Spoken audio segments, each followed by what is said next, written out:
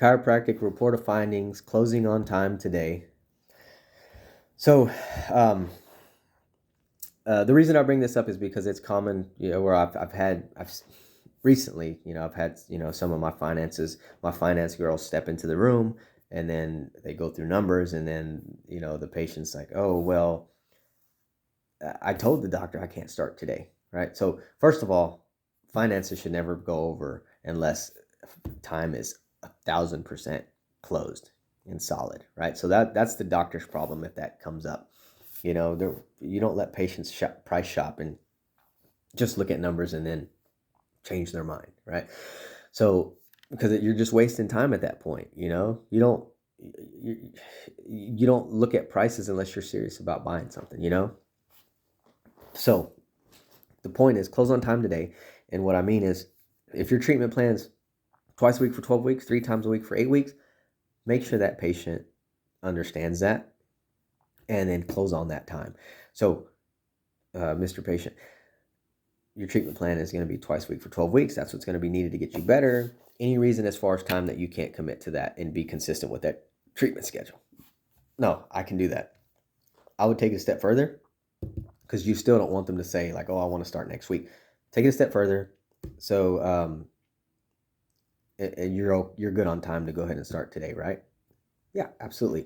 Close on those 2 times before going. If you're the doctor and you go over your own numbers, close on time on those 2 times before you go into numbers, or before you send your finances in, and you're gonna get more patients. You're gonna get less objections on that number. Never let a patient, well, I need to know what it costs first. I need to know, what the price is before I make that decision.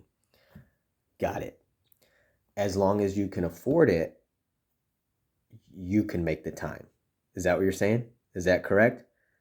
Yes. Great. Completely understand. I'm never gonna turn a patient away because of finances.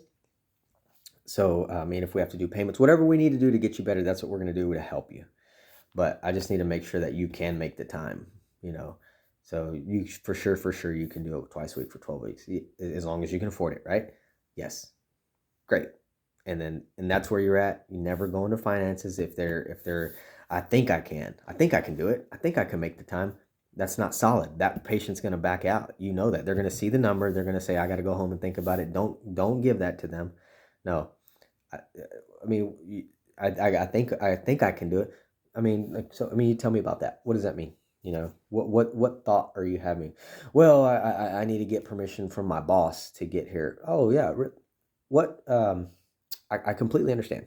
I get it. It's a commitment, but it's also something that's needed. So tell me what your work schedule is. What time are you going? What time do you get off? Oh, I go in at 8. I get off at 4. Oh, great. So, we're open till 6. Our last appointment is at 5:30. I honestly, I wouldn't even, that's too far. I would actually, thinking about it, I would figure out how far they are first, because then the limit, don't give an objection, don't let them have an objection. Oh, I get off at 4:30. How far is your work from here?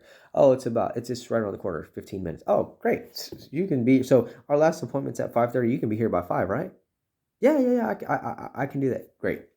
So, what 2 days are going to be best for you? Tuesday, Thursday. Okay, so every Tuesday, Thursday for 12 weeks, you can be here at 5 o'clock. Is that right? Yes.